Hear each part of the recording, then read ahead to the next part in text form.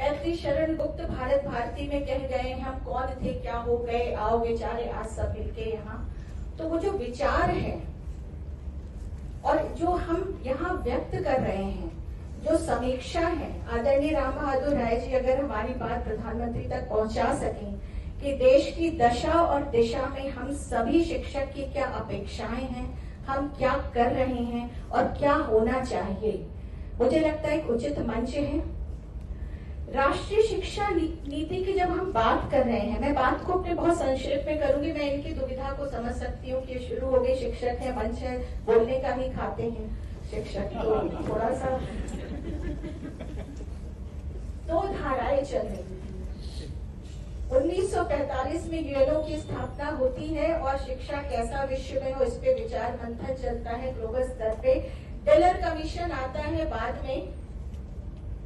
20वीं सदी के अंत में, और learning the treasure with in UNESCO की रिपोर्ट आती है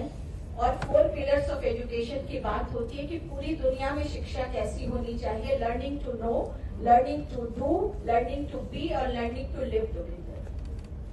टेलर कमीशन एनवायरमेंटल एजुकेशन की बात करता है, विमेन एजुकेशन की बात करता है, ह्यूमन राइट्स की एजुकेशन की बात करता है, मिलेनियम 2020 गोल आते हैं, उसके बाद 8 उद्देश्य जो हमें प्राप्त करने हैं 2030 तक। देखिए, पंचवर्षीय योजनाएं हमारे यहाँ ही नहीं विलंबित होती हैं, या सर्वश यूनिवर्सलाइजेशन ऑफ एजुकेशन, पूरी दुनिया के लोग मिलेनियम 2020 गोल करने में अक्षम पाए जाते हैं या अपने आप को विभिन्न परिस्थितियों में नहीं पाते हैं, तो एसडीजी गोल आ जाते हैं 17 गोल, जिसमें चौथा आता है आपका शिक्षा, और that two is quality education. Bharat में भी मैकॉले शिक्षा के बारे में हम सब जानते हैं, वो डिस्पैच आता है, बहुत सारी चीजें चल रही थी, और जो हजारों वर्ष का इतिहास है, जिस नशे की आपने वाजपेयी जी ने कही कि हम उसमें मतान्ध